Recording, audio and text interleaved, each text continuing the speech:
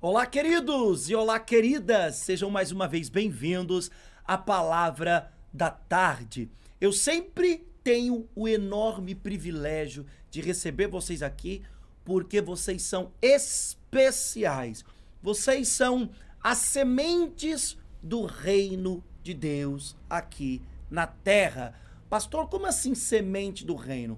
Uma vez Jesus contou uma parábola e disse que o pai plantou na terra as suas sementes, o trigo, né? Aqueles que são filhos de Deus. Se você é filho de Deus, dê um aleluia, um glória a Deus aqui, no chat ao vivo, dizendo: eu sou um filho de Deus, aleluia, porque isso é um privilégio imenso e extraordinário que acontece e ocorre em nossas vidas pela graça de Cristo Jesus.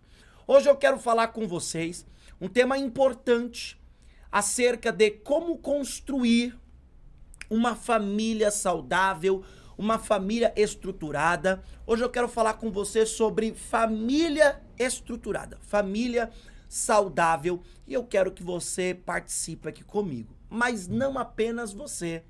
Todos aqueles que você conhece também têm livre acesso ao Podbem. Se você enviar o link para eles, compartilhar esta live com eles, eles poderão adentrar aqui e ouvir esta mensagem bíblica para a vida deles. Aliás, você que está aqui pela primeira vez, seja muito bem-vindo. O canal que é nosso pode ser um pouquinho seu também a partir do momento que você se inscreve nele. Se inscreva, ativa o sininho para todas as notificações. Os que são acostumados a adentrar aqui no Podbem às 5:30 da tarde, às 10 da noite, já deixa o seu like antes que você esqueça. É importante o seu like, meu querido, minha querida, não esqueça, porque isso ajuda muito para o YouTube medir a qualidade do conteúdo que nós temos trago aqui neste lugar. Então vamos descobrir como construir uma família estruturada. Roda a vinheta aí, equipe.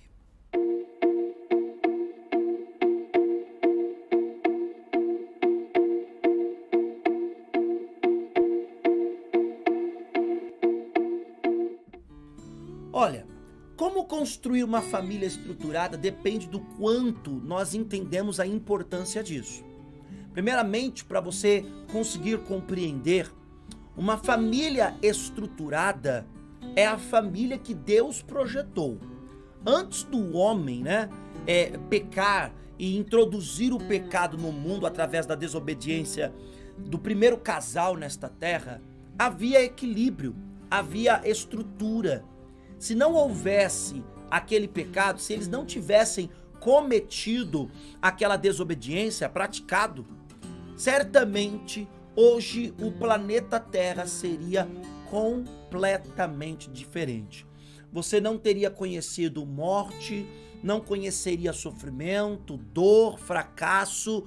O homem viveria eternamente porque ele estaria ali, usufruindo da árvore da vida. Então, se não houvesse o pecado, aquela família que Deus estruturou entre dois componentes, ou seja, o homem e a mulher, traria para esta terra uma abundância sem igual. Mas a família é projeto de Deus. E Deus sabe que é tão importante a família porque o futuro do nosso país, o futuro do mundo, depende do quão é estruturada a sua família. Olha, todos nós sabemos que de uma certa proporção, pouca ou muita, aqueles que cometem maldade no mundo, na sua maior parte, são pessoas que vieram de famílias desestruturadas. Alguém pode dizer: poxa, mas eu tenho uma condição financeira boa, abastada, eu tenho como bancar os desejos e prazeres dos meus filhos. Não, isso não é família estruturada. Nós vamos aprender aqui. Lembrando que tudo que eu vou falar submete-se à palavra. Tudo que eu vou dizer aqui submete-se à palavra. Todos nós precisamos nos alicerçar na palavra, principalmente aqueles que professam a fé cristã. Mas é importante nós termos uma estrutura. Eu quero compartilhar com vocês 4 pilares, 4 fundamentos, ou melhor dizendo, 4 alicerces de uma família estruturada. Imagine uma casa que você mora ou que você aluga, ou uma casa, um ambiente onde você trabalha. Imagine uma casa, se ela não tivesse estrutura, se ela não tivesse alicerces, imagine uma casa sem vigamento, sem coluna, sem sapatas. Imagine uma casa só levantada no bloco. Eu já vi casas assim só levantada no bloco. Se vier um vento muito forte, se vier um terremoto, um pequeno que for terremoto, esta casa vai cair. Por quê? Porque ela não tem alicerces. O alicerce pode não ser aquela coisa bela, pode não aparecer, mas ele é fundamental para uma casa. Assim como uma casa necessita da sapata, dos vigamentos, das colunas, de todo tipo de alicerce, para ela permanecer de pé e aguentar as adversidades climáticas, assim uma família precisa de alicerces para aguentar as adversidades da vida, porque as tempestades, os furacões sobrevêm contra a sua casa, contra a sua família, mas depende de você o quão ela será bem alicerçada. E biblicamente, a Bíblia nos ensina como adquirir ou como desenvolver este alicerce. A Bíblia nos mostra que se nós construirmos a nossa família em cima de 4 alicerces, nós poderemos ter uma família bem estruturada, mas otimamente estruturada, apenas com esses 4 alicerces. Mas antes de eu começar a abordar o tema aqui, que é em Efésios capítulo 5, eu quero trazer uma imagem para você, porque estudando sobre este assunto, eu pesquisei uma imagem e essa imagem me tocou muito. Ela tocou muito ao meu coração e eu quero compartilhar esta imagem com você. Coloca aí, equipe, para mim, por favor, aquela imagem. Eu quero que você dê uma olhada aí nesta imagem. Que quadro lindo, extraordinário. Bom, eu particularmente amei, eu não apenas gostei, eu amei. É uma pintura, tá bom? Para quem não sabe, é uma pintura de um artista famoso. E esta pintura, ela reflete para cada um de nós uma alegria, uma estrutura familiar. Ela reflete um tempo simples, um tempo onde as pessoas tinham um contato mais próximo com a natureza, mas nesta pintura aí que você está vendo, você percebe a luz do sol adentrando dentro da casa, a família reunida em cima da mesa, coisa que hoje não ocorre, e se ocorre, são os filhos ali com o celular, né? Então aqui nessa figura, nessa pintura, você tem as famílias reunidas em cima da mesa. Aí você diz, pastor, mas tá faltando o homem aqui, tá faltando o pai de família, até porque tem uma cadeira entre o menino e a menina que está vazia, mas ele não está fora da casa não, e ele não é um pai distante não, ele está ali atrás da porta. Olha ali a figura do cavalo, atrás da porta ele está guardando o seu casaco, porque acabou de chegar. E a mesa está ali, todos vão comer junto com o pai. Você percebe no colo da mãe ali, o cachorrinho com cara de pidão. Acredito que quem tem cachorro saiba do que eu estou falando. Você olha ali, a mamãe dando um pedaço de pão ou bolo, alguma coisa, para o cavalo, que era o veículo da época, que trouxe o pai para casa. E este quadro, esta luminosidade, esta figura, essa pintura, ela traz uma certa esperança, uma certa paz, uma sensação gostosa.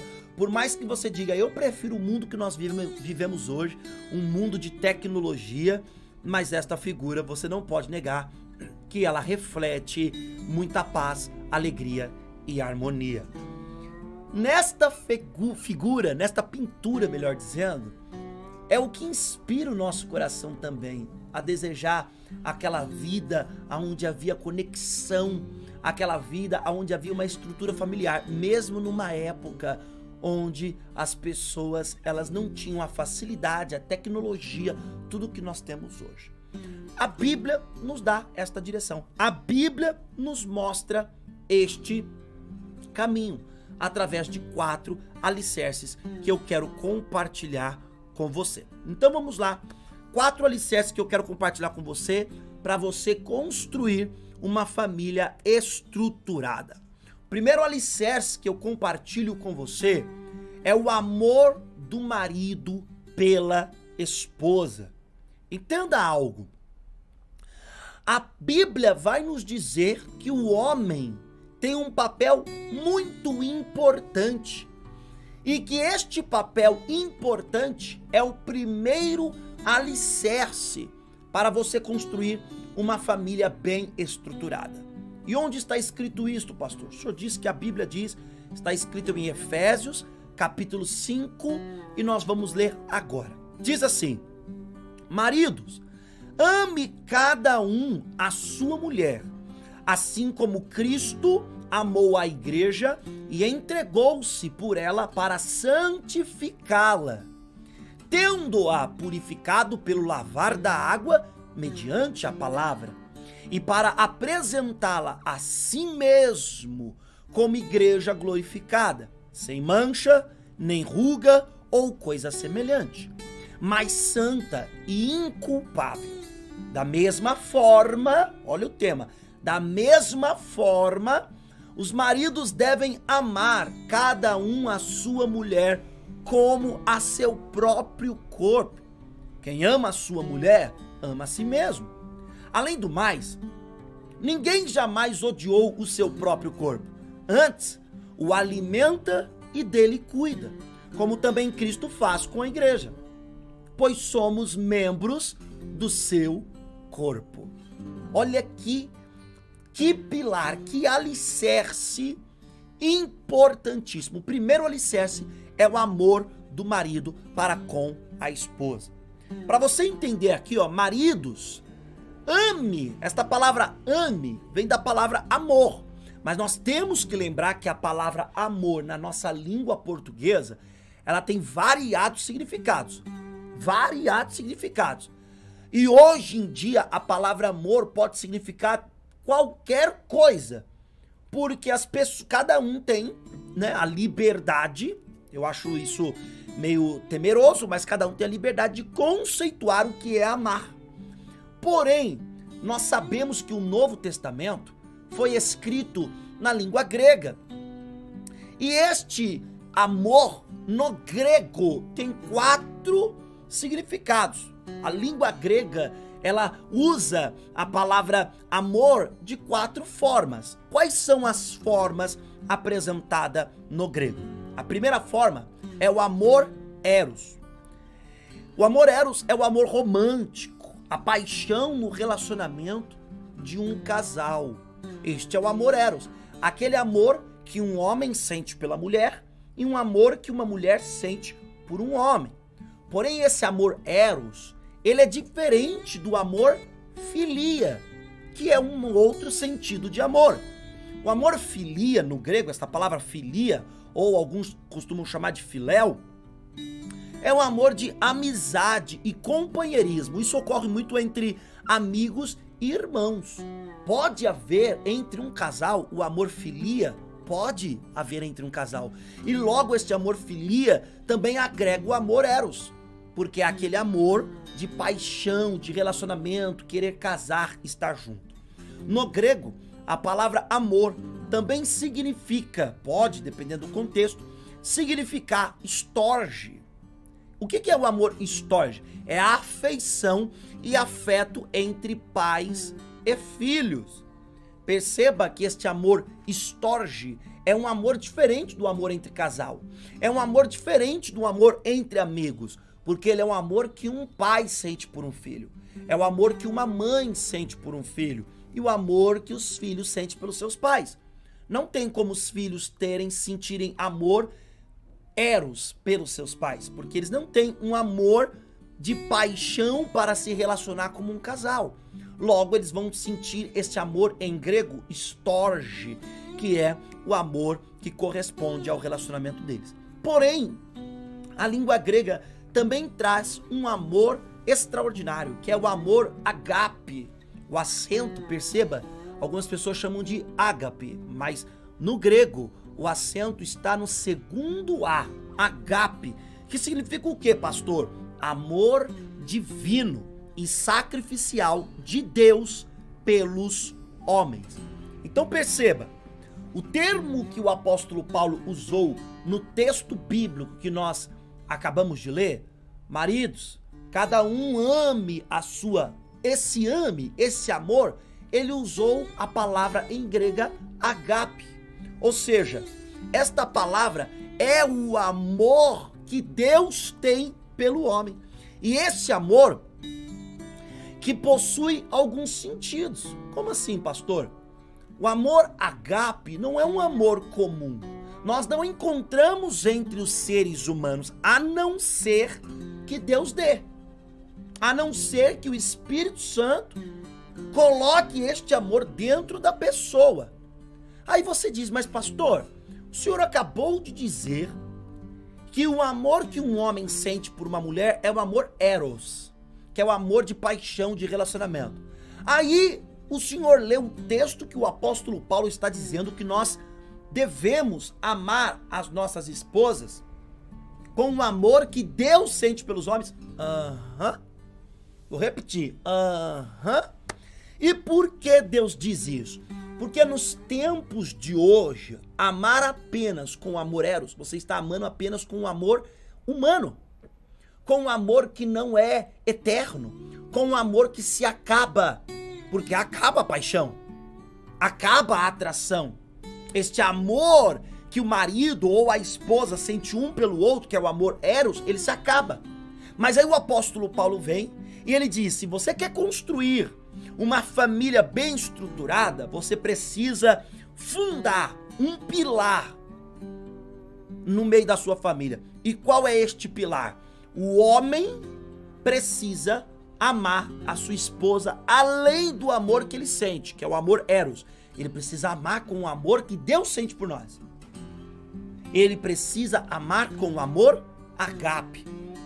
E este amor agape possui alguns sentidos práticos. Sentidos práticos. Quais são eles? São 4 sentidos práticos. Primeiro, o amor agape é uma decisão. Ele é uma decisão. Você recebe este amor de Deus, mas tem que decidir entregar para a pessoa. Ele é uma decisão. O amor agape é um compromisso. Você vai ter que lutar por este amor, para manter este amor no seu coração. Ainda que as circunstâncias digam não, é um compromisso que você tem. Sabe quando você acorda de manhã para trabalhar? E aí você fala, meu Deus, que chuva, meu pai, que frio. Ah, se eu pudesse ficar aqui em casa hoje. Mas aí dentro de você tem um compromisso. Então você enfrenta as adversidades do clima e do tempo para arcar com o seu compromisso. O amor agape, além de ser uma decisão, ele também é um compromisso. Não importa se aquele dia que você está se relacionando com a esposa, falando pro homem, hein? Primeiro papel é o do homem. Você está se relacionando com a esposa, não importa se aquele dia está ensolarado, está tudo bem entre vocês. Isso é fácil. Mas quando vier aquele dia em que tudo à sua volta diz não ame esta mulher, se você estiver amando-a com o amor agape, além de você ter tomado essa decisão, você vai lembrar que é um compromisso. Qual é o terceiro sentido do amor agape? Ele exige ação. O amor agape exige que você tome atitude. Não adianta falar eu amo, mas você não manifesta este amor em obras. Quando o apóstolo Paulo diz no versículo que nós lemos, maridos, ame as vossas mulheres, como Cristo amou a igreja, entregando a sua vida por ela. Então perceba, O seu amor tem que ser demonstrado. Sabe qual é a maior dificuldade que eu encontro hoje nos homens? Não só em todos, mas na maioria que eu já conversei e atendi. Eles pensam que o papel deles é amar a esposa, mas eles não têm o dever de demonstrar. Querido, como que Cristo demonstra o amor dele por nós? Entregando sua própria vida por nós. Como que o homem, ele vai demonstrar o seu amor para sua mulher? Entregando a sua própria vida pela esposa, pela mulher. Ah, pastor, mas o senhor fala porque o senhor não conhece a minha mulher. Se o senhor conhecesse a minha mulher, ah, pastor, o senhor mudaria o que o senhor está dizendo. Não. Eu aprendi na palavra que quem faz o casamento é o homem. O homem faz o casamento, ele molda o casamento. Há um poder de domínio e de governança na vida do homem que ele faz o casamento. Não há desculpa, o Senhor nos deu a terra para dominar, nós temos poder e capacidade de dominar a terra. Querido, nós dominamos leões, nós dominamos baleias, orcas, nós dominamos guepardos, leopardos, nós dominamos gorilas, nós dominamos, sabe, para quem acredita que o homem pisou na lua, a gente dominou a capacidade além do físico. E aí você vem me dizer que você não consegue moldar, estruturar a sua família? Não, querido. Faltou alguma coisa aí. Talvez fé, talvez força de vontade. Por quê? Porque o amor ágape, além de ser uma decisão, além de ser um compromisso, exige ação. Não dá apenas para receber. É preciso demonstrar. E a Bíblia exige demonstração do homem. É do homem. O texto que eu li com vocês diz: ame as vossas esposas como Cristo amou a igreja, entregou-se por ela para santificá-la, purificá-la, lavando-a pela água da palavra, para que ela se apresente para ele mesmo. Olha que coisa interessante. É o homem que ama de uma certa forma, da forma que Cristo nos amou, para purificar a sua esposa, para moldar a sua esposa, a sua família, para ele mesmo. Para ele mesmo. Coisa linda, né, a palavra? E um outro sentido desta palavra ágape, que é amor em grego, que é o amor divino que Deus sente pelos homens. O quarto sentido é que ele é incondicional. Por isso que eu pergunto para você: amar quando tudo está bem entre você e a tua esposa? Parabéns. Agora, amar quando todas as circunstâncias estão cooperando para te dar um discurso que você tem que largar, que você tem que gritar, que você tem que maltratar, que você tem que ofender. Aí você ter que amar, só é possível você amar quando tudo diz que não, se você recebeu esse amor de Deus e escolheu desaguar na vida da sua esposa. Às vezes nós como cristãos, nós temos um fácil erro. Nós como cristãos, nós nos focamos tanto em amar as pessoas lá de fora, que esquecemos de amar a própria esposa com um amor incondicional. Às vezes nós suportamos as falhas de todo mundo, mas não suportamos as falhas das esposas. Como se elas tivessem que ser perfeitas, como se elas tivessem que ser mulheres que nunca erram, robôs.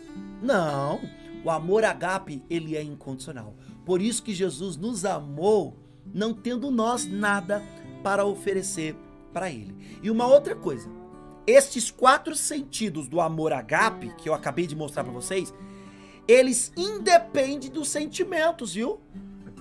Eles independem dos sentimentos. Ah, mas eu não estou sentindo amar. Não. O amor ágape não espera, não depende do sentimento.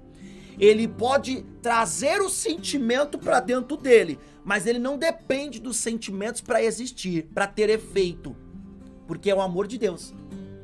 É o amor de Deus. Para e pensa, meu querido. A humanidade estava perdida em maldade. em promiscuidade, em coisa ruim, no pecado, quais eram os sentimentos dentro de Deus que moveria ele a enviar o teu próprio filho para morrer na cruz por nós? Bom, pensando aqui com a minha cacholinha, nenhum. O que ele poderia encontrar em nós para entregar o seu próprio filho para morrer por nós? Ele não poderia encontrar nada, mas ele tomou uma decisão porque tinha um compromisso com a sua palavra, precisava demonstrar o seu amor e agiu de forma incondicional. E isso não dependeu dos sentimentos dele. Deus estava, a Bíblia diz, que Deus estava irado com a terra por conta dos seus pecados. Olha os sentimentos de Deus. Ele estava irado com a terra por conta dos seus pecados. Mas mesmo irado, o que Deus faz? Envia teu filho. Olha que amor incondicional. Ele envia teu filho para morrer por todos nós. Ele dá mais uma oportunidade. E ele dá um caminho para esta geração e para a humanidade toda, dizendo: olha, eu estou pagando o pecado de vocês, purificando vocês. O compromisso de vocês agora é manter-se limpo e não se sujar mais. Mas eu estou limpando vocês com o sangue do meu filho. Então, nós temos que lembrar que a palavra diz que o primeiro pilar para a construção da nossa família bem estruturada é que o marido ame a sua esposa com amor ágape. E o modelo deste amor é o amor de Cristo pela igreja. Como é, pastor, que eu vou amar minha esposa? Copie Jesus. O próprio texto que nós lemos mostra que quem é o modelo? Quem eu tenho que copiar? Ah, eu vou copiar, sabe, aquele artista lá. Ai, é tão lindo. Ai, é tão maravilhoso o jeito que aquele artista faz, que aquele querido, copie Cristo. Cristo, pastor, como é que eu vou copiar Cristo, que se Cristo nem casado foi? Se Cristo nem teve mulher? Ei, você vai copiar Cristo a partir do pressuposto dele para com a igreja. Como é que Cristo cuida de nós? Como é que Cristo trata os nossos erros? Como é que o quão Cristo é misericordioso, longânimo, benevolente para conosco? O que você pede, ele dá? Ele dá. Ele já não deu uma promessa dizendo assim, ó, se pedir com fé e pedir em meu nome, eu lhe darei. Ei, querido, nós pedimos o que não precisamos. Ah, Deus, eu queria tanto aquele carro. Às vezes você precisa de um carro, mas você quer aquele. Você não precisa daquele, você precisa de um carro, mas você quer aquele. E você acha que Cristo vai dizer não? Ele vai falar e vai lá e te dar. Assim que você tem que amar a sua esposa. Agora, você também não pode deixar de reprimir o mal quando houver o mal. Por quê? Porque Cristo não deixa de nos repreender quando nós agimos erradamente, quando nós pecamos. Mas a repreensão dele não é uma ofensa contra nós. Não nos ofende, não nos denigre. Não, a repreensão dele ainda é para o nosso bem, para o nosso crescimento e é com amor. E é com esse amor sacrificial de Cristo que o marido deve amar a sua esposa. Esse é o primeiro pilar. O segundo pilar eu compartilho com vocês é o respeito que a esposa deve ter pelo marido. O respeito da esposa pelo marido. E se encontra onde? No mesmo livro de Efésios, capítulo 5, o versículo 22 ao 24 e o 33. Diz assim: mulheres, sujeite-se cada uma a seu marido, como ao Senhor, pois o marido é o cabeça da mulher, como também Cristo é o cabeça da igreja, que é o seu corpo, do qual ele é o Salvador. Assim como a igreja está sujeita a Cristo, também as mulheres estejam em tudo sujeitas a seus maridos. Portanto, versículo 33, hein? Portanto, cada um de vocês também ame a sua mulher como a você mesmo. E a mulher trate o marido com todo o respeito. Eu quero que vocês entendam aqui que a insubmissão, se essa palavra existe, ou a falta da submissão, é a grande controvérsia entre os casais. E falar sobre isso é polêmico. Por que falar sobre isso é polêmico? Porque todos aqueles, ou que são feministas, ou que estão infectados com a ideologia feminista, vai discordar. Como é que é? Em pleno século XXI, você está dizendo aqui no YouTube que a mulher tem que ser submissa ao teu marido? Eu dizendo? Não. A sacrossanta palavra de Cristo está dizendo.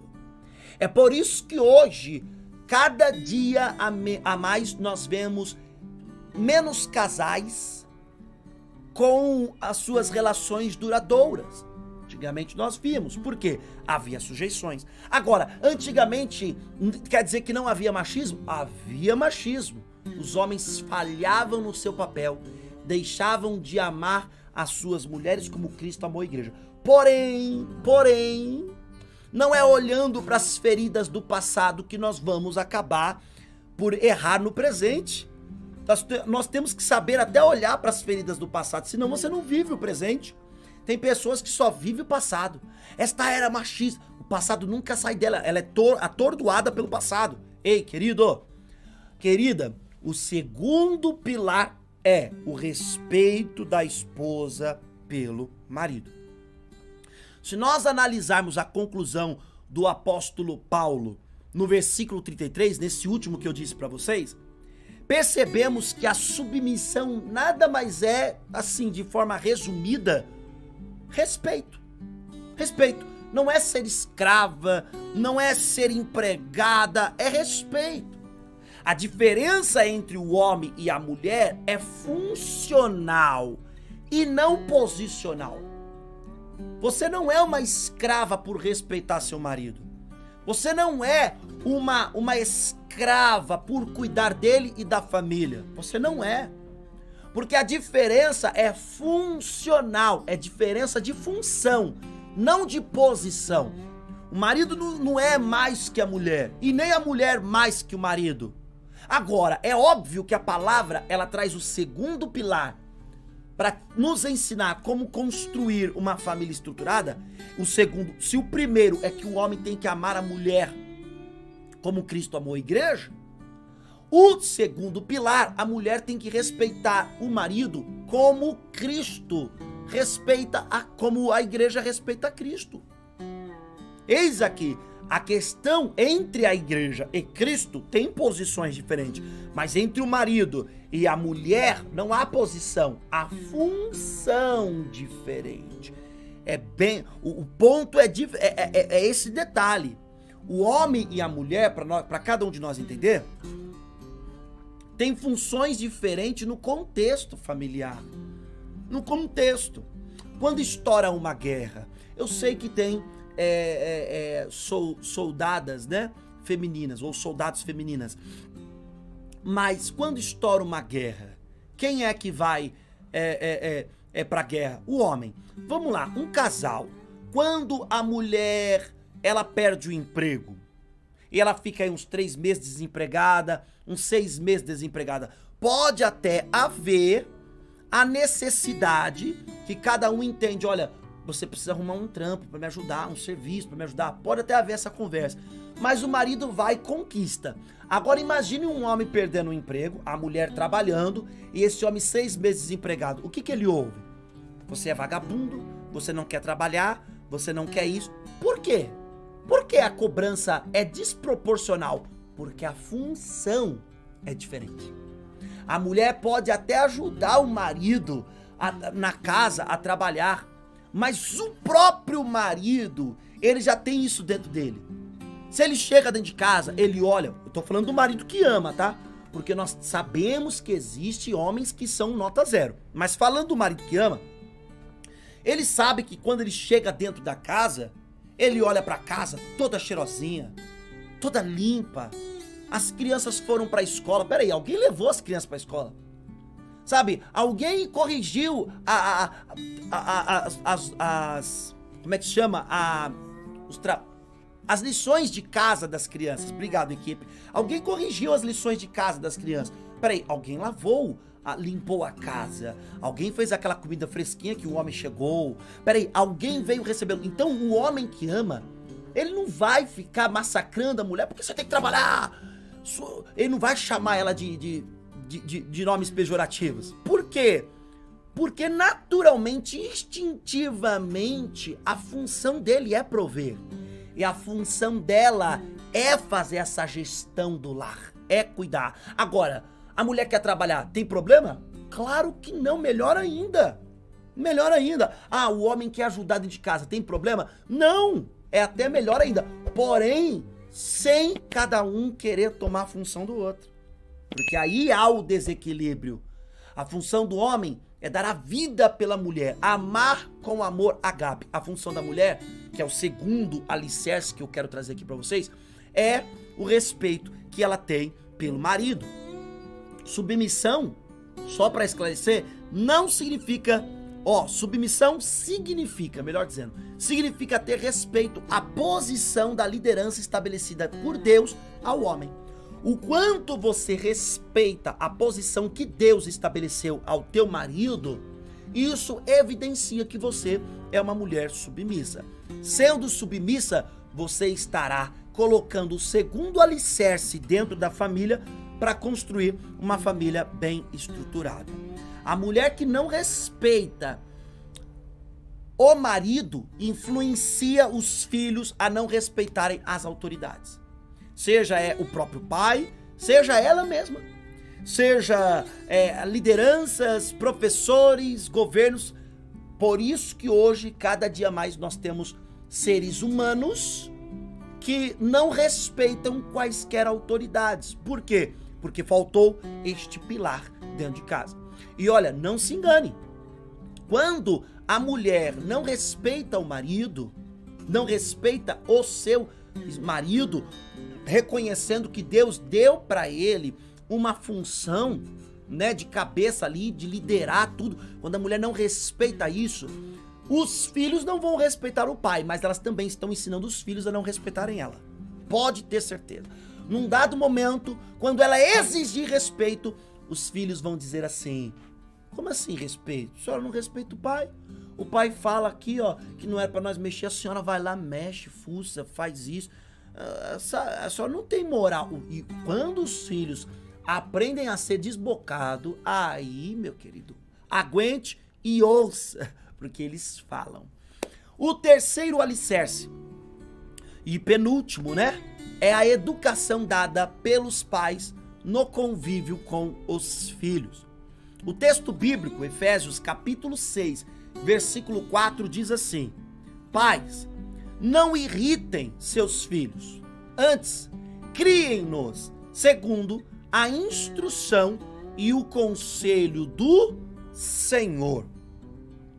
Os pais, meus queridos, eles precisam estabelecer, seja os pais, o homem e a mulher, eles precisam estabelecer este pilar, a educação que eles vão passar no convívio com os filhos. Repare isso, a educação no convívio com os filhos. Por quê? Porque os pais devem ter cuidado para não provocar a ira dos seus filhos.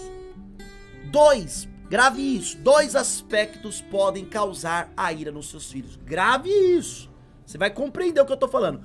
2 aspectos, 2 motivos causam a ira no seu filho ou nos seus filhos. Sabe quais? O primeiro, a falta de educação. E isso é demonstrado no livro de Provérbios, que diz: a vara e a disciplina dão sabedoria, mas a criança entregue a si mesma vem a envergonhar a sua mãe. Ou seja, olha o texto: a vara e a disciplina dão sabedoria, mas a criança entregue a si mesma vem a envergonhar a sua própria mãe. A falta de educação é o primeiro motivo, é a primeira razão que suscita a ira nas crianças. Suscita quando, pastor? Quando elas perceber no mundo real, sabe, na vida fora do lar, o quanto elas vão sofrer por não terem uma educação bem equilibrada. Aquele que vai roubar, aquele que acha que pode agredir mulher, olha a vida destas pessoas como é desgraçada. sem a graça de Deus. Aí você fala, pastor, mas tem pessoas que cometem coisa errada, fazem coisa errada e que viveram numa família bem estruturada. Não confunda um lar onde tem um pai e uma mãe com uma família bem estruturada. Às vezes o lar tem um pai e tem uma mãe. Um pai que não ama a mãe e uma mãe que não respeita o pai. A minha mãe, cresceu dentro de um lar onde tinha um pai e uma mãe. Porém, o pai batia na mãe, a mãe batia no pai, já apontaram até espingarda um pro outro. Aí eu te digo, valeu ter o pai e a mãe? Não, então não é só ter a presença deles ali. Precisa ter eles estabelecendo alicerces. E não provocar a ira dos filhos, como que eu não provoco a ira dos filhos? Ou seja, se você não der educação, você vai estar provocando a ira. E tem a segunda razão por que a ira dos filhos são suscitada. Por que eles, o que causa a ira deles? A segunda é o exagero na educação. Se o primeiro é a falta de educação, o segundo é exagerar na educação. O próprio livro de Provérbios diz o seguinte: castiga a teu filho enquanto há esperança, mas não te excedas a ponto de matá-lo. Ei, querido, é preciso haver castigo enquanto há esperança, disciplina, mas não exceda. Porque se for além do justo, além do proporcional, isso vai suscitar a ira do seu filho. Ele pode estar dentro da sua casa, aparentemente respeitando, mas você está criando um jovem, um adolescente, um homem, um futuro homem revoltado, que vai ser uma peça ruim no meio dessa sociedade e neste mundo. Só que, pastor, tá, beleza, isso suscita a ira do meu filho, a falta de educação ou exceder na educação. Então, o que envolve a educação de fato? Porque se você não dá educação, suscita ira. Se você excede, dá demais ou excede na proporção, isso também suscita. Quais são os dois, o que envolve o aspecto da educação? Existem dois aspectos que envolvem e eu quero compartilhar com você. A instrução formativa. A Bíblia, no livro de Provérbios, diz o seguinte: ensina a criança no caminho em que deve andar, e ainda quando for velho, não se desviará dele. Perceba, instrução formativa. O que é instrução formativa? Ensine o teu filho o que é certo e o que é errado. Dê formação para o teu filho. Não dá para ter um filho, encostar num sofá, assistir televisão o resto do dia. Você trabalhou o dia inteiro, a mulher correu o dia inteiro, aí você senta e o homem senta no sofá, a mulher corre pra pia e a criança fica lá, ela fica recebendo. Quais são as informações, quais são as instruções formativas que o seu filho recebe? Da televisão? Da professora? Tem professora que é uma bênção, mas tem professora que é uma maldição. Você já viu professores ensinando coisas que o teu filho não tá nem pensando naquilo? Você nunca não entrou na internet pra ver? Aí você entrega o seu filho na mão de um aparelho desse, a sua filhinha na mão de um aparelho desse, e deixa o dia inteiro na frente da televisão. O que a televisão vai ensinar, meu querido? O que a televisão vai ensinar? Então, o terceiro pilar é o quanto a educação dada pelos pais no convívio com os filhos. Se você quer fazer certo, você precisa dar para ele instrução formativa. Mas também você precisa dar o segundo aspecto, a disciplina corretiva. Teu filho precisa receber instrução, mas quando ele errar, ele precisa ser disciplinado. Olha o que o livro de Provérbios diz. O que retém é o que é o que guarda, é o que não usa, né? O que retém a vara aborrece a seu filho, mas o que ama cedo o disciplina. Aqui não tá falando, usou o termo vara, porque vara é um símbolo de disciplina. Não tá dizendo que é pra você pegar teu filho de 3 anos e bater com uma vara. Não é isso que está dizendo. Mas a vara é um símbolo. E se for o caso de uma forma que não incorpore aí lesão corporal, sei lá o quê, tá entendendo? Porque até as leis, eu sei que há abusos e há abusos. Há abusos. Há abusos, crimes. Eu reconheço. Mas você que tem mais de 40 anos, me diga aqui nos comentários se você alguma vez levou uma palmadinha da sua mãe, uma vara do teu pai. Se isso corroborou pro teu bem ou pro teu mal. Eu sei que existem casos de excesso, eu acabei de falar sobre excesso. Então, eu quero que vocês entendam que é importante que haja instrução formativa, mas também haja disciplina corretiva.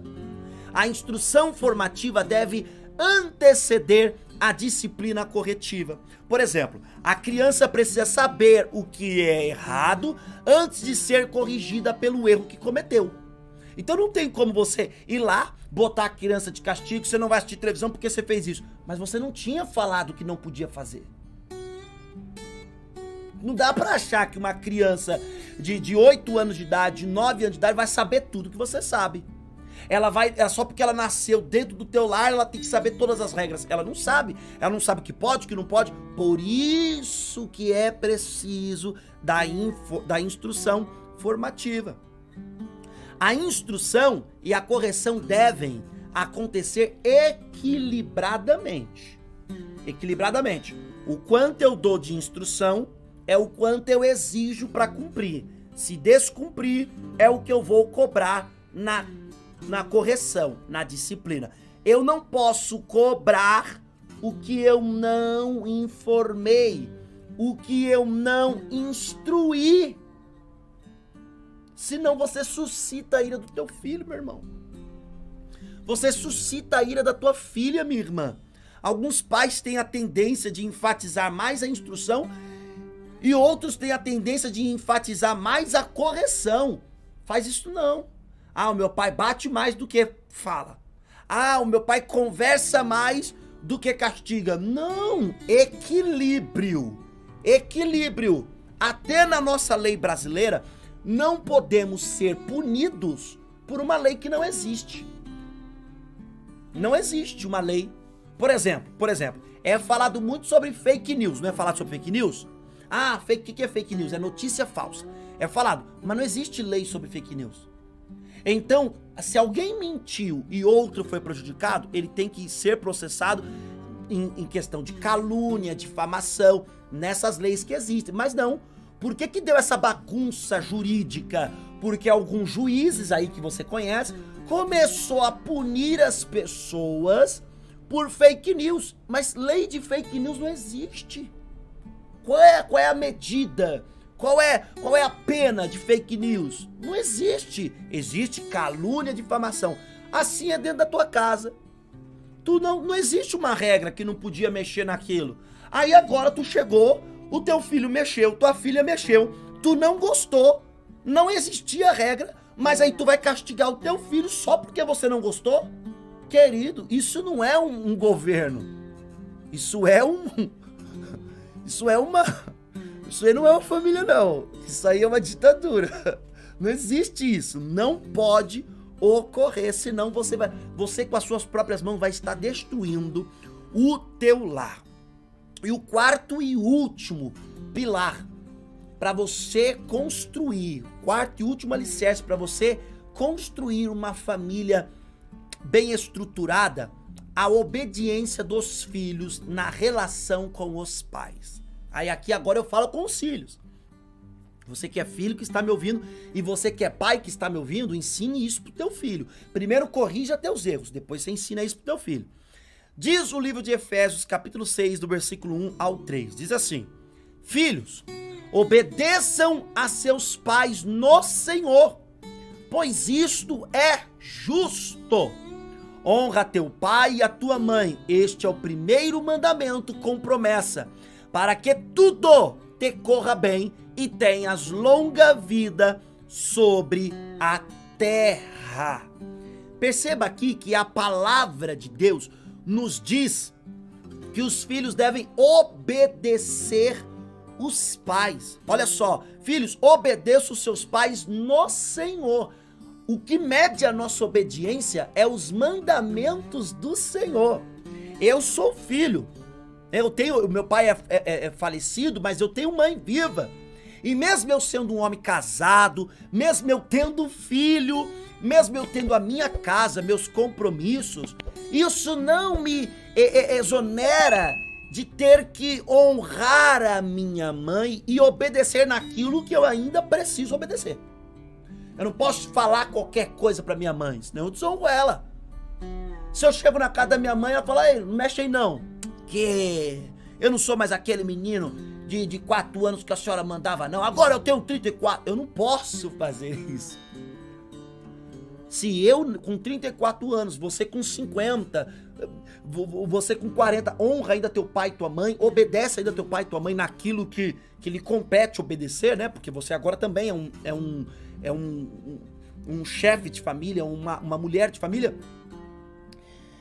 Quanto mais nossos filhos, que ainda estão no poder paternal e maternal. Ou seja, logo a seguir você vai perceber que o apóstolo Paulo, ele diz que os filhos devem honrar os pais, conforme é descrito lá em Êxodo. Ele diz que tem que honrar. Honrar é mais que obedecer.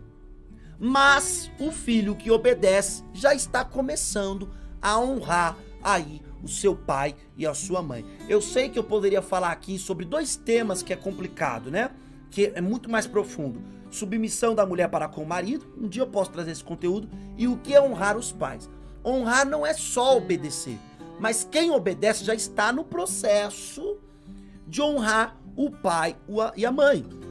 E perceba, o texto que eu li com vocês, ele enfatiza que este é um mandamento com promessa.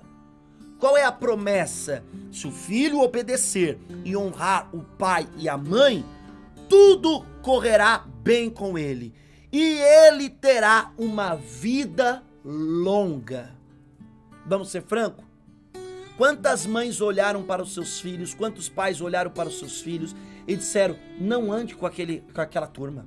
Aquela turma vai te levar para o mau caminho. O filho não obedeceu. E aí ele andou. Sabe onde ele parou? Na cadeia. Sabe onde ele parou? No morro de um tráfico de drogas. Não pode sair do morro. Sabe onde ele parou? Na troca de tiro com a polícia. Sabe onde ele parou? Numa briga dentro de uma boate com certa turma. Ele teve a vida prejudicada. Muitos perdem a própria vida. Aí a mãe vai na delegacia chorando, receber a notícia, vai no ML, vai no hospital. Meu Deus, meu filho. Aí você vê a mãe, ouça o grito da mãe: eu avisei. Meu filho, eu avisei. Aí você olha para aquilo e você percebe que o filho teve a vida interrompida por um detalhe. Ele não ouviu, ele não obedeceu, ele não honrou a sua mãe e o seu pai. E se Deus é pai, ele é teu pai? Deus é meu pai. Deus é teu pai? Nós somos filhos de Deus? Deus é pai e zela pela sua autoridade paternal. Todos nós devemos também obedecer a Deus. Sempre, eu percebo isso, sempre quando uma família, ela revela alguma desestrutura crônica ou passageira, algum desses pilares estão sendo negligenciados. Já percebeu? Quando você olha para uma família e você vê que ela tem uma desestrutura, ela não é bem estruturada, é uma desestrutura crônica ou passageira, repara que é básico, mas um desses pilares, um ou todos, devem estar sendo negligenciados. Seja o homem que não entendeu seu papel, acha que, né, não tem que amar a mulher, que mulher é ele que manda, ou seja a mulher que até tem um marido que a ama, faz tudo por ela, mas ela quer ocupar o lugar do homem, no respeito, ou se algum desses 4 pilares que eu passei para você está sendo negligenciado. Se você quer construir uma estrutura familiar, uma família bem estruturada, começa a colocar em prática esses 4 alicerces, porque ao colocar em prática, você estará além de honrando a Deus, firmando a sua família em algo que não se abala. Ainda que venham os ventos da vida, as tempestades da vida, as circunstâncias adversas da vida, sua família estará bem estruturada. E uma família bem estruturada é futuras gerações bem estruturadas. Isso é lindo, porque você transforma o futuro no seu presente. E eu convido vocês a isso, a transformar o seu futuro no seu presente e a guardar esta palavra em seu coração. Queridos, guarde isso no teu coração, tá bom? E coloque em prática, porque é do céu para você. Hoje à noite, quer dizer, já é de noite, né? Já é aqui, ó, 6h37. Hoje às 10 da noite eu estarei aqui com vocês para juntos orarmos ao Senhor, clamarmos o nome dele e pedirmos a ele, colocando a nossa família nos pés de Cristo, orando por ela. Pastor, eu baguncei tanto minha família que eu não creio que não tem mais como, ainda há esperança. Cristo te mostrará o caminho. Venha falar com ele, venha orar, falar com Cristo Jesus, juntos aqui, para ele iluminar o teu caminho e te mostrar que ainda há esperança de transformar o teu lar e de estruturar a tua casa, a tua família, tá bom? Você que não é inscrito no canal, se inscreva, ativa o sininho, deixa o like e compartilha para ajudar o canal a crescer. Queridos, beijo carinhoso e um abraço especial de quem vos quer muito bem. Até às 10 da noite, se Deus quiser. Você já viu a novidade que o Podbem preparou para você? Agora, além do YouTube, Instagram e outras plataformas, também estamos no site. O Podbem tem o site no ar, onde você pode estar acessando e usufruindo de todo o conteúdo disponibilizado no site. No seu aparelho celular, ao clicar no canto superior, você acessa o menu. Ali você terá o propósito, vídeos e séries, você terá citações cristãs, você terá estudos e comentários, o Fale com a Nossa Equipe. Através do site, você também, no canto inferior, tem o botão de WhatsApp, aonde você clica no botão e é direcionado para o seu WhatsApp. E você pode estar falando diretamente com o Podbem. Ou seja, não deixe de usufruir este conteúdo. Pelo contrário, acesse podbem.com.br e usufrua desta novidade para você.